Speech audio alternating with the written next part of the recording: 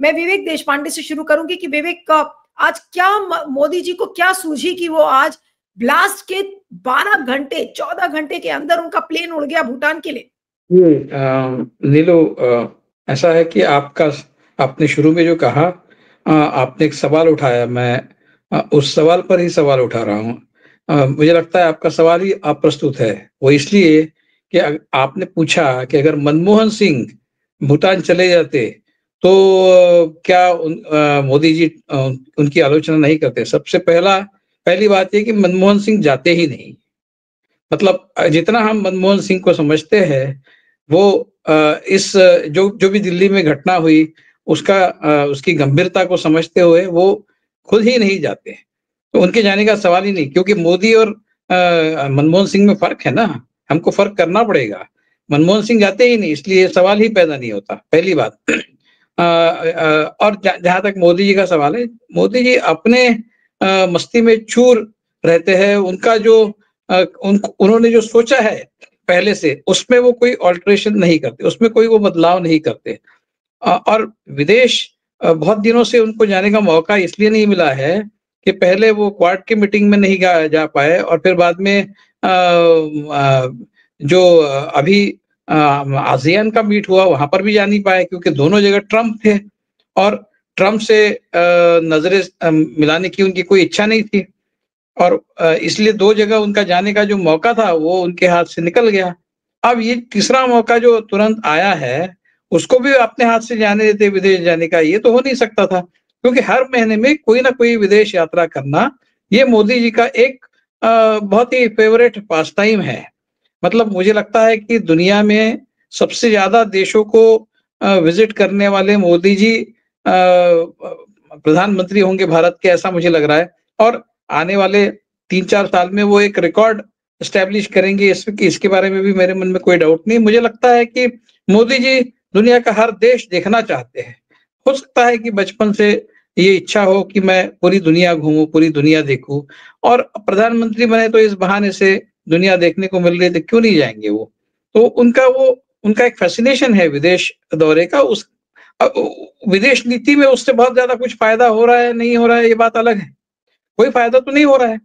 विदेश नीति में हमारे विदेश, जहां तक विदेशों से हमारे संबंधों का सवाल है, बहुत हमारे संबंध दुनिया में सुधरे हैं, और एक अंतरराष्ट्रीय स्तर पर इसका हमें बहुत फायदा हुआ है भारत को।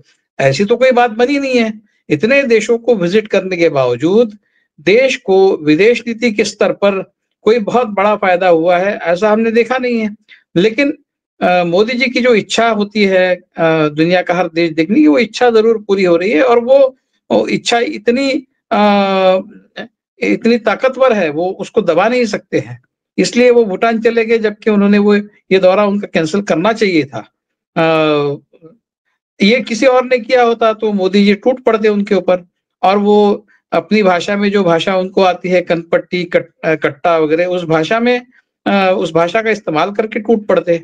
लेकिन मोदी जी है तो मुमकिन है, सब कुछ रास आता है उनके सपोर्टर्स को, उनके भक्तों को। और ये जो मोदी और शाह वाली जोड़ी है, आप देखिए बीजेपी और संघ परिवार में ये एक ट्रेडिशन है कि एक कोई फिलोसोफर होता है और एक वर्किंग चीफ होता है।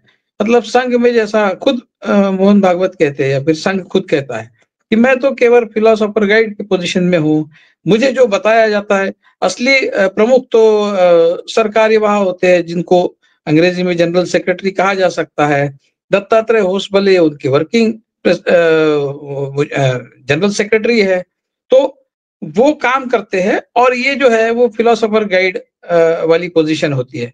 बिल्कुल उसी तर्ज पर मोदी शाह की जोड़ी है। मोदी जी का जो पर्सोना है, मोदी जी का जो पर्सनैलिटी कल्ट है, वो काम करता है अपनी जगह। मोदी जी को काम करने की जरूरत नहीं, क्योंकि मोदी जी ने एक वो ऑरा कमा लिया है जिसके बदौलत वो सरवाइव कर रहे हैं।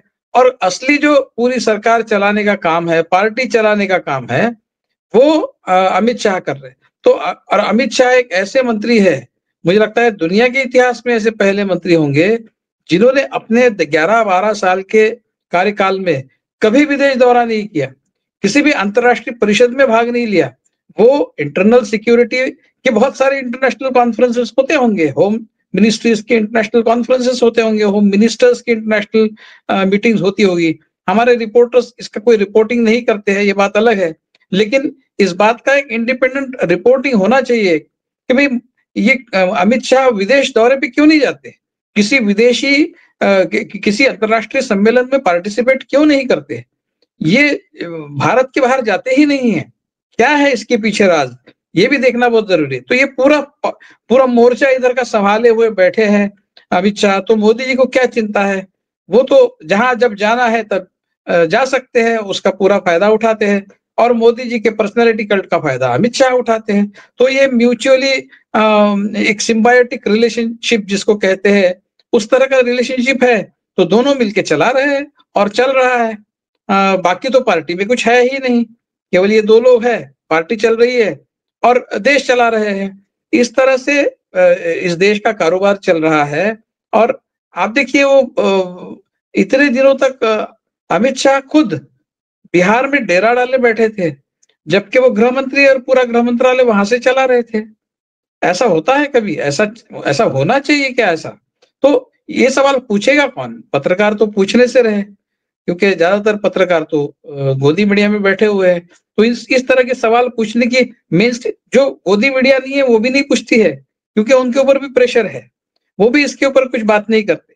तो ये सारा जो विवेक की क्या मोदी जी इस बात से डर गए, क्योंकि मोदी जी के सामने ये सारे सवाल हैं समय कि भाई आप पहलगाम नहीं बचा पाए, आपके राज्य में इतनी सारी घटनाएं हो गई, लेकिन फिर भी संसद में खड़े होकर मोदी और शाह साहब कहते हैं हमारे राज्य में तो कोई आतंकी हमला हुआ ही नहीं, यहाँ पर इतने लोगों की जान चली गई। आज क्या उस सवाल से बचने के लिए मोदी जी भाग गए भूटान? ये बहुत कन्वीनियंट तरीके से बातें करते हैं, घुसपैठियों की बात करते हैं। अरे 12 साल से आप सत्ता में है, घुसपैठिए कैसे उनका आना कैसे चालू है? क्या कांग्रेस के लोग ला रहे हैं उनको बॉर्डर से? क्या कांग्रेस का कोई कंड्यूट है, कोई सेल चल रहा है जो घुसपैठियों को वहां से अंदर इंपोर्ट कर रहा है? आपने कांग्रेस को हमेशा ही घुसपैठियों के नाम से कांग्रेस को बदनाम किया है। अब 12 साल से तो आपकी सरकार है, तो आप क्या कर रहे हैं? आप कैसे आने दे रहे है? तो कुछ नहीं, सिर्फ हवा खड़ा करना और उसके बदौलत वोट बटोरना, इसके अलावा दूसरा कुछ धंधा नहीं है। सिर्फ लोगों को हुडविंक करना, अंग्रेजी में अच्छा शब्द है हुडविंकिंग।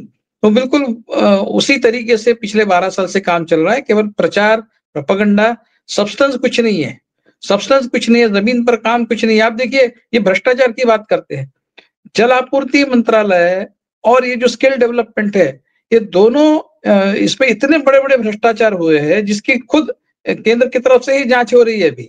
और मोदी जी ने कहा था किसी वक्त कि देखिए अब मोदी आया है तो जो भ्रष्टाचारी है वो डर गया है, वो छिप गया है।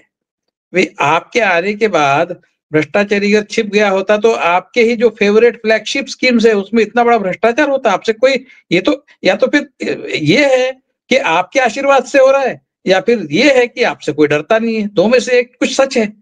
आपके पीएमओ का नाम लेकर 6 महीने तक कोई वीआईपी सिक्योरिटी लेके, Z+ सिक्योरिटी लेके कश्मीर में घूम रहा है, ऐसे कैसे हो सकता है? इतनी हिम्मत किसी की कैसे हो सकती है? या तो आपके आशीर्वाद से हो रहा है या फिर आपका कोई डर नहीं है, दो में से एक बात आपको एक्सेप्ट करनी पड़ेगी। तो हर चीज में झूठ, हर चीज में केवल हवा बनाना, इसके अलावा इस सरकार को दूसरा कुछ आता नहीं है। इतना बड़ा ब्लास्ट होने के बाद मोदी जी भूटान जाते हैं, ये क्या दर्शाता है? ये दर्शाता है कि देखिए मैं कुछ भी करूं तो मेरे जो भक्त है उनको कोई आपत्ति नहीं है, तो ये जो बाकी भक्त नहीं है जो चिल्लाते हैं मेरे नाम से, उनकी मैं फिक्र क्यों करूं?